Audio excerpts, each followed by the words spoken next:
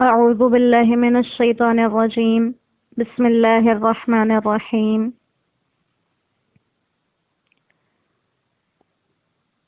سورہ نجم آیت نمبر 7 سے آج کا سبق ہے۔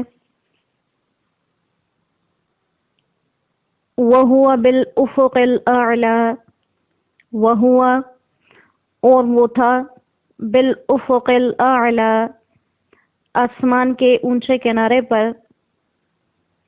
ثم دنا پھر وہ نزدیک ہوا، فتدلی اور جھک آیا، فکان قاب قوسین تو فاصلہ رہ گیا 2 کمان کے برابر، او ادنا یا اس سے بھی نزدیک، فاوحی الی عبدہ فاوحی پھر حکم بھیجا اللہ نے، الی عبدہ اپنے بندے کی طرف، ما اوحی جو بھیجا، پھر اللہ نے اپنے بندے کی طرف حکم بھیجا جو بھیجنا تھا، ما کذب الفؤاد ما کذب جھوٹ نہیں کہا، الفؤاد رسول کے دل نے، ما رأى جو اس نے دیکھا، افتمارونہ اب کیا تم اس سے جھگڑتے ہو، علا اس چیز کے بارے میں، ما یرا جو اس نے دیکھا، اب تم کیا اس سے اس کی دیکھی ہوئی چیز کے بارے میں بھی جھگڑا کرتے ہو۔ وَلَقَدْ رَآهُ وَلَقَدْ اور البتہ تحقیق، رآہ اس نے اسے دیکھا ہے، نزلۃ اخری ایک اور دفعہ بھی اترتے ہوئے،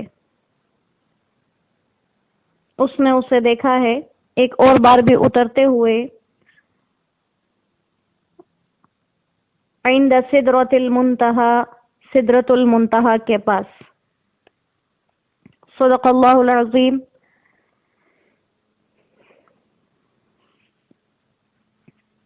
جیسے چھٹی آیت کے بارے میں 5ویں آیت سے یہ بات شروع ہوئی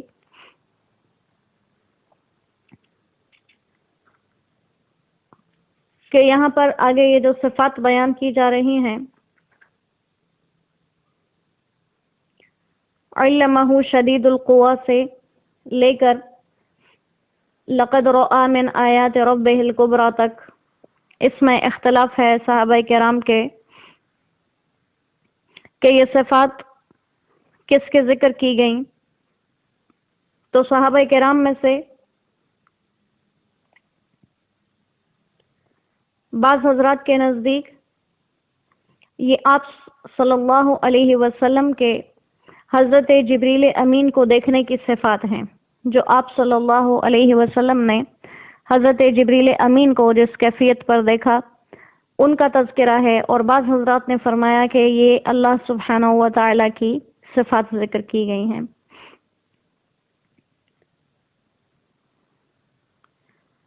اور اگر دیکھا جائے جیسے حضرت عبداللہ ابن مسعود رضی اللہ تعالیٰ عنہ نے اس سورہ مبارکہ کے بارے میں فرمایا کہ یہ سورہ مبارکہ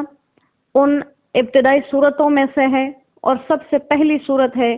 جو مکہ مکرمہ میں اعلانیہ طور پر پڑھی گئی، اور ظاہر ہے کہ یہ ابتدائی نبوت کی بات ہوگی، اور اللہ سبحانہ و تعالیٰ کا دیدار آپ نے واقع معراج کے بارے میں کیا جو بعد میں پیش آیا، تو اکثر مفسرین نے فرمایا کہ اس سے جبریل امین ہی مراد ہیں، اللہ سبحانہ و تعالیٰ کی ذات مراد نہیں ہے۔ اور حضرت جبریل امین کے دیکھنے کی تائید حدیث مبارکہ سے ہوتی ہے، مسند احمد کی روایت ہے، حضرت مسروق رضی اللہ تعالیٰ عنہ سے یہ روایت نقل کی جاتی ہے کہ وہ خود ایک مرتبہ حضرت عائشہ صدیقہ رضی اللہ تعالیٰ عنہ کے پاس بیٹھے ہوئے تھے، اور اللہ سبحانہ و تعالیٰ کے دیکھنے کے بارے میں گفتگو ہو رہی تھی کہ آپ صلی اللہ علیہ وسلم نے دیکھا یا نہیں دیکھا، تو حضرت مسروق رضی اللہ تعالیٰ عنہ فرماتے ہیں کہ میں نے حضرت عائشہ رضی اللہ تعالیٰ عنہ سے کہا کہ اللہ تو خود فرماتے ہیں کہ وَلَقَدْ رَآهُ بِالْأُفُقِ الْمُبِينِ، اور اسی طرح سے سورہ مبارکہ کی آیت وَلَقَدْ رَآهُ نَزْلَةً أُخْرَى، ان دونوں سے یہ ثابت ہوا کہ آپ نے اللہ سبحانہ و تعالیٰ کو دیکھا۔ تو حضرت عائشہ رضی اللہ تعالیٰ عنہ نے جواب دیا کہ پوری امت میں سے سب سے پہلی میں ہی ہوں جس نے اس آیت مبارکہ کا مطلب آپ صلی اللہ علیہ وسلم سے پوچھا تھا۔ تو آپ صلی اللہ علیہ وسلم نے جواب دیا کہ اس آیت مبارکہ میں جس کے دیکھنے کا تذکرہ ہے وہ جبریل امین ہے، کہ جن کو آپ صلی اللہ علیہ وسلم نے اصلی صورت میں 2 ہی مرتبہ دیکھا۔ اور اس آیت میں جس دیکھنے کا مطلب ہے وہ یہ ہے کہ آپ نے جبریل امین کو آسمان سے زمین کی طرف اترتے ہوئے دیکھا کہ ان کے جسم نے، ان کے جثے نے زمین اور آسمان تک کے درمیان کی فضا کو بھر دیا ہے۔ اسی طرح کی الفاظ کے ساتھ روایت صحیح مسلم میں بھی نقل کی جاتی ہے، جس میں بھی حضرت عائشہ رضی اللہ تعالیٰ عنہ کے الفاظ ہیں۔ وہ فرماتی ہیں کہ اس آیت کے متعلق سب سے پہلے میں نے ہی آپ صلی اللہ علیہ وسلم سے پوچھا کہ کیا آپ نے اپنے رب کو دیکھا ہے؟ تو آپ صلی اللہ علیہ وسلم نے فرمایا کہ نہیں، بلکہ میں نے جبریل امین کو اترتے ہوئے دیکھا ہے۔ اسی طرح صحیح بخاری میں یہ روایت ہے، حضرت شیبانی فرماتے ہیں کہ انہوں نے حضرت زر رضی اللہ تعالیٰ عنہ سے اس آیت کا مطلب پوچھا کہ فَكَانَ قَابَ قَوْسَيْنِ أَوْ أَدْنَىٰ فَأَوْحَىٰ إِلَىٰ عَبْدِهِ مَا أَوْحَىٰ، اس کا کیا مطلب ہے؟ تو انہوں نے جواب دیا کہ عبداللہ ابن مسعود رضی اللہ تعالیٰ عنہ نے ہمیں حدیث بیان کی کہ آپ صلی اللہ علیہ وسلم نے جبریل امین کو اس حالت میں دیکھا تھا کہ ان کے 600 بازو تھے۔ اسی طرح ابن جریر نے اس روایت کو بھی عبداللہ ابن مسعود رضی اللہ تعالیٰ عنہ سے نقل کیا ہے کہ ما کذب الفؤاد ما رأى، آپ صلی اللہ علیہ وسلم نے جبریل امین کو دیکھا اس حالت میں کہ وہ رف رف کے لباس میں تھے اور زمین آسمان کی درمیانی فضا کو ان کے وجود نے بھر دیا تھا۔ یہ تمام روایات ابن کثیر نے اپنی تفسیر میں نقل کی ہیں، اور پھر کہنے لگے کہ اس آیت مبارکہ کے بارے میں جس رویت کا ذکر ہے اور جس قرب کا ذکر ہے وہ حضرت جبریل امین کی ہیں۔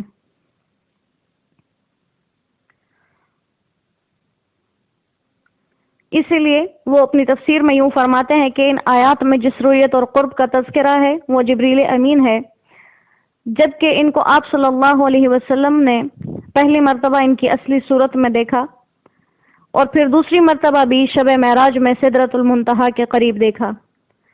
اور یہ جو پہلی دفعہ دیکھنا تھا یہ ابتدائی نبوت کا زمانہ تھا، جب آپ صلی اللہ علیہ وسلم سورہ علق کی ابتدائی آیتوں کی وحی آنے کے بعد کے درمیانی دور سے گزر رہے تھے، جس میں کافی عرصے تک وحی نہیں آئی، تو آپ صلی اللہ علیہ وسلم غمگین ہو جاتے، تکلیف میں آ جاتے۔ کافی عرصہ گزرنے کے بعد ایک دن جبریل امین بطحا کے کھلے میدان میں اپنی اصلی شکل و صورت کے ساتھ ظاہر ہوئے۔ 600 ان کے بازو تھے اور پورے افق کو گھیرا ہوا تھا۔ اس وقت جبریل امین آپ کے قریب آئے اور آپ کو وحی الہی پہنچائی۔ تو اس وقت آپ صلی اللہ علیہ وسلم پر حضرت جبریل امین کی عظمت اور اللہ کے نزدیک ان کی قدر و منزلت بھی روشن ہو گئی۔ تو اس لیے کہا کہ یہ پہلی رویت جس کا تذکرہ ہے یہ مکہ مکرمہ میں ہوئی ابتدائی وحی کے زمانے میں، اور جب اصلی صورت میں آپ صلی اللہ علیہ وسلم نے ان کو دیکھا آپ پر غشی طاری ہو گئی، پھر اس کے بعد جبریل امین عام لوگوں کی شکل میں آنا شروع ہو گئے۔ اور کہتے ہیں کہ وہی پہنچانے میں فاصلہ کتنا تھا کہ ثم دنا فتدلّا، دنا کا مطلب قریب ہو گیا، تدلّا کا معنی جھک کر قریب ہو جانا، اور کتنا قریب ہوئے کہ قاب قوسین، کمان کی لکڑی کے جو دستہ ہوتا ہے، لکڑی کا بنا ہوا دستہ اور درمیان میں اس کی وہ تار بنی ہوئی ہوتی ہے، ان دونوں کا یہ جو درمیان کا فاصلہ بنتا ہے اس کو قاب کہتے ہیں، جس کا اندازہ تقریباً 1 ہاتھ سے کیا جاتا ہے۔ اور قاب قوسین کہا یعنی کہ 2 کمانوں کا فاصلہ۔ تو یہ اس لیے کہا کہ عرب میں ایک روایت تھی، جب 2 لوگ آپس میں دوستی کا اظہار کرتے یا دشمنی کے ختم کرنے کا اظہار کرتے تھے تو وہ لوگ اپنی کمان کی لکڑیاں اپنے پاس اپنی طرف رکھتے اور جو ڈور ہے وہ دوسرے کی طرف کر دیتے، یعنی دونوں لوگ ڈوریں آپس میں ملا دیتے تھے، تو یہ ان کی محبت کی علامت سمجھی جاتی تھی۔ اور اس وقت ان دونوں صلح کرنے والوں کے درمیان یہ جو فاصلہ تھا یہ 2 کوس کے برابر ہوتا، یعنی 2 ہاتھ کے برابر۔ تو ان کو سمجھانے کے لیے کہا کہ جیسے تم لوگ ایک دوسرے سے محبت کے اظہار میں اپنے اس فاصلے کو کم کر دیتے ہو، یہ وہی پہنچانے والے صاحب بھی اتنے قریب سے آئے اور بتایا کہ نہیں، یہ تم لوگوں کی طرح ایک رسمی اتصال نہیں تھا جو دور دور سے کیا گیا، بلکہ او ادنا، یہ فاصلہ اس سے بھی کم تھا، یہ فاصلہ اس سے بھی کم تھا، اور اتنی قرب کا اظہار اس لیے کیا تاکہ ثابت ہو جائے کہ جو وہی آپ کو پہنچائی گئی ہے اس کے سننے میں کسی شک و شبے کی گنجائش نہیں۔ اور اس قرب کی دوسری وجہ یہ بھی ہے کہ کوئی یہ نہ کہے کہ دور سے دیکھا تھا تو آپ نے پہچانا نہیں ہوگا، تو نزدیک بتا کر یہ بتا دیا کتنے قریب سے دیکھا کہ ان کی شناخت میں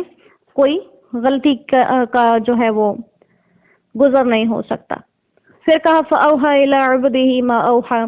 اللہ تعالیٰ نے اپنے بندے کی طرف وہ وحی بھیجی جو وہ کرنا چاہ رہے تھے۔ پچھلی آیت تک صفات حضرت جبریل امین کی تھی، یہاں پر جو ضمیریں ہیں وہ اللہ سبحانہ و تعالیٰ کی طرف ہیں۔ اس پہ کوئی یہ شک نہیں کر سکتا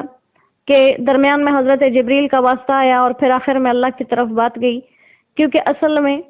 ذکر شروع ہی اس سے ہوا تھا کہ اللہ سبحانہ و تعالیٰ نے اپنے بندے کی طرف وحی بھیجی، ما ينطق عن الهوى ان هو الا وحی یوحی، وحی کا تذکرہ تھا، درمیان میں صاحب وحی کا جو وحی لے کر آنے والے ہیں ان کے صفات کا تذکرہ ہوا، اور پھر واپس بات اپنی طرف لے آئے اللہ سبحانہ و تعالیٰ کہ اس اتنی طاقتوں، قوتوں اور بے تحاشا طاقتوں کے مالک فرشتے کے ذریعے سے اللہ سبحانہ و تعالیٰ نے اپنے بندے کی طرف جو وحی بھیجی وہ بھیج دی۔ اب یہاں پر وہی جو بھیجی وہ بھیج دی، ظاہر نہیں کیا کہ کیا وہی بھیجی، تو یہاں پر وہی کے ان الفاظ کی عظمت شان کی طرف اشارہ ہے کہ جس کو صرف اشارتاً بیان کیا، وضاحت سے بیان نہیں کیا۔ اور صحیح بخاری کا جو پہلا باب ہے، جن لوگوں نے پڑھا ہے انہیں معلوم ہوگا، جنہوں نے نہیں پڑھا اللہ کریم ہم سب کو پڑھنے کی توفیق عطا فرمائے۔ تو پہلے ہی باب میں جو حدیث ہے اس سے معلوم ہوتا ہے کہ اس وقت جو وحی کے الفاظ تھے وہ سورہ مدثر کی ابتدائی آیات تھیں۔ تو اس پورے یہاں تک جو آیات ذکر کی گئیں اس میں اللہ سبحانہ و تعالیٰ نے قرآن کی حقانیت کو ثابت کیا، اور اس ثابت کرنے کو محدثین کی ایک عادت ہوتی ہے کہ جب حدیث مبارکہ کو بیان کرتے ہیں تو آپ صلی اللہ علیہ وسلم سے لے کر اس صحابی تک یا تابعی تک یا تبع تابعی تک یا بعد کے دور کے محدثین تک درمیان میں جتنے اساتذہ کے واسطے گزرے ہوتے ہیں جس کو شیخ کہا جاتا ہے، تو وہ سند کو ذکر کرتے ہیں کہ میں نے اس سے سنا، اس نے اس سے سنا، اس سے سنا، کرتے کرتے کرتے انہوں نے آپ صلی اللہ علیہ وسلم سے سنا، تو اس کو سند کہتے ہیں۔ تو یہاں پر اللہ سبحانہ و تعالیٰ نے گویا قرآن کی سند بیان کی ہے کہ اس کے بھیجنے والے خود اللہ ہیں اور پہنچانے والے آپ صلی اللہ علیہ وسلم تک درمیان میں جو واسطہ ہیں وہ جبریل امین ہیں۔ تو گویا درمیان میں حضرت جبریل امین کی شان کو بیان کرنا اس کا مقصد تھا کہ جس نے وہی پہنچائی ہے وہ بہت ہی شان اور عظمت والے ہیں۔ جیسے محدثین کی عادت ہوتی ہے کہ وہ جن سے روایت کو ذکر کرتے ہیں ان کی آگے خوبی بیان کرتے ہیں کہ یہ حدیث بیان کرنے والے میں کون سی صفت پائی جاتی ہے۔ تو اسی طرح سے گویا اللہ سبحانہ و تعالیٰ نے قرآن کریم کی سند کو بیان کیا۔ ما کذب الفؤاد ما رأى، آگے اس بات کے بارے میں تذکرہ کیا کہ یہاں تک کوئی یہ کہہ سکتا تھا کہ یہ جو دیکھنا ہے اس میں کوئی غلطی کا گمان نہ گزرے کسی شخص کو، تو کہا کہ آنکھ نے جو کچھ دیکھا دل نے بھی اس کے سمجھنے میں کوئی غلطی نہیں کی۔ جیسے ہم ہیں کبھی کسی چیز کو دیکھتے ہیں تو کچھ اور سمجھ جاتے ہیں اور بعد میں پتہ چلتا ہے کہ ایسا نہیں، واقعہ یوں تھا۔ تو یہاں بتایا کہ دل اور آنکھیں دونوں متوجہ تھی، کسی ایک سے بھی چھوٹ نہیں ہوئی، نہ آنکھ نے دیکھنے میں خطا کی نہ دل نے اس چیز کے سمجھنے میں غلطی کی۔ اور یہاں پر پھر وہی بات ہے کہ کس چیز کو دیکھا، کس چیز کے دیکھنے کا تذکرہ ہو رہا ہے. تو بعض لوگ وہی کہتے ہیں کہ اللہ سبحانہ و تعالیٰ کو دیکھنا مراد ہے، اور بعض کہتے ہیں کہ یہاں بھی جبریل امین کو دیکھنا مراد ہے. اور دل نے جو سمجھا، یہاں پر سمجھنے کی نسبت دل کی طرف کی گئی، حالانکہ عام سمجھنے کی نسبت عقل کی طرف کی جاتی ہے، لیکن قرآن کریم میں بہت سی جگہ ہیں جہاں پر دل کا لفظ استعمال کیا گیا ہے عقل کے لیے. جیسے قرآن کریم کی آیات ہیں کہ لہم قلوب لا یفقہون بہا، ان کے ایسے دل ہیں جس کے ذریعے وہ سمجھتے نہیں، حالانکہ سمجھ کا کام تو عقل سے لیا جاتا ہے. لہٰذا یہاں پر دل کا تذکرہ کیا کہ اصل میں جو عقل کا تعلق ہے اور سمجھ کا تعلق ہے وہ دل سے ہے. اصل میں جو ادراک اور فہم ہوتا ہے یہ دل کا کام ہوتا ہے، دماغ کا کام نہیں ہوتا. یہ پہلی رویت کا تذکرہ کیا اور کہا کہ کوئی یوں بھی کہہ سکتا ہے کہ ایک ہی دفعہ دیکھنے سے کیا پہچان لیا ہوگا، ہو سکتا ہے کہ بعد میں بھول گئے، لیکن کہا وَلَقَدْ رَآهُ نَزْلَةً أُخْرَىٰ، ایک ہی دفعہ نہیں دیکھا بلکہ دوبارہ بھی دیکھا، دوبارہ بھی دیکھا. اور دوبارہ دیکھنا یہاں پر بھی وہی بات ہے کہ بعض لوگ کہتے ہیں کہ یہ رویت اللہ سبحانہ و تعالیٰ کی ہے، لیکن اکثر حضرات فرماتے ہیں کہ یہ جبریل امین ہی ہیں کہ جن کو دوسری مرتبہ دیکھا. اور پہلی دفعہ مکہ میں دیکھا تھا، اللہ نے اس کا بتا دیا کہ کہاں دیکھا. اللہ سبحانہ و تعالیٰ نے بتایا کہ جب پہلی دفعہ دیکھا تو ان کو دیکھا وَهُوَ بِالْأُفُقِ الْأَعْلَى، آسمان کے اونچے کنارے پر. اب دوبارہ دیکھا تو دوبارہ کہاں دیکھا؟ عند سدرۃ المنتہا، سدرۃ المنتہا کے پاس دیکھا. تو دونوں دفعہ دیکھا.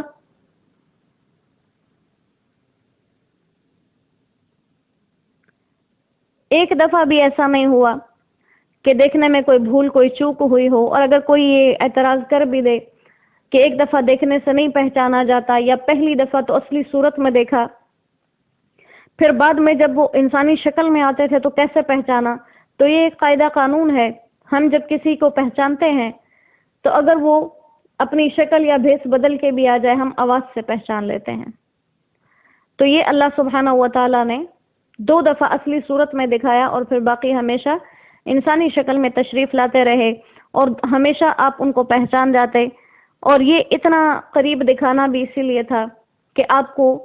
معلوم ہو جائے کہ ہر دفعہ وہی لانے والی ذات جبریل امین کی ہی ہے. سدرۃ المنتہا کا تذکرہ کیا. سدرہ بیری کو کہتے ہیں اور منتہا انتہا کی جگہ. تو یہ سدرۃ المنتہا، یہ بیری کا درخت کہاں پر ہے؟ تو 7ویں آسمان پر عرش کے نیچے اس کا ٹھکانہ بتایا جاتا ہے، اور بعض احادیث کے مطابق یہ 6 آسمان پر ہے. تو اگر دونوں احادیث کو ملایا جائے تو یوں بھی ہو سکتا ہے کہ جڑیں 6 آسمان میں ہوں اور شاخیں 7ویں آسمان تک پہنچ گئی ہوں. اور تمام فرشتے جو آسمان تک کوئی حکم لے کے جاتے ہیں یہ ان کی انتہا ہے، اس سے آگے نہیں جا سکتے، اسی لیے اس کو منتہا کہتے ہیں. سدرۃ المنتہا کو سدرۃ المنتہا کیوں کہتے ہیں؟ سدرۃ المنتہا کو سدرۃ المنتہا اس لیے کہتے ہیں کہ جو فرشتے آسمان تک کوئی اعمال لے کر جاتے ہیں وہ یہیں تک لے کر جاتے ہیں، یہاں سے اوپر نہیں جا سکتے. اور عرش سے جو حکم فرشتوں نے سننا ہوتا ہے، انہیں ملنا ہوتا ہے، وہ بھی یہیں اس درخت کے پاس سے ملتا ہے، اس لیے اس کو منتہا کہتے ہیں، یعنی فرشتوں کی آخری حد وہ جہاں تک پہنچ سکتے ہیں. تو یہاں پر اللہ سبحانہ و تعالی قرآن کریم کے من جانب اللہ محفوظ ہونے اور ان مضبوط واسطوں کا تذکرہ کر رہے ہیں، اور انشاءاللہ یہ مضمون ابھی باقی ہے. تو اللہ کریم اس پاک کلام کے ساتھ ہمیں جوڑ کے رکھیں تا قیامت. اس کے کہنے سننے میں جو ہم سے غلطیاں کوتاہیاں ہوئیں اور یقیناً بہت سی ہوئی ہوں گی، اللہ کریم وہ ہمیں معاف فرما دے. وآخر دعوانا ان الحمد للہ رب العالمین. السلام علیکم ورحمۃ اللہ وبرکاتہ.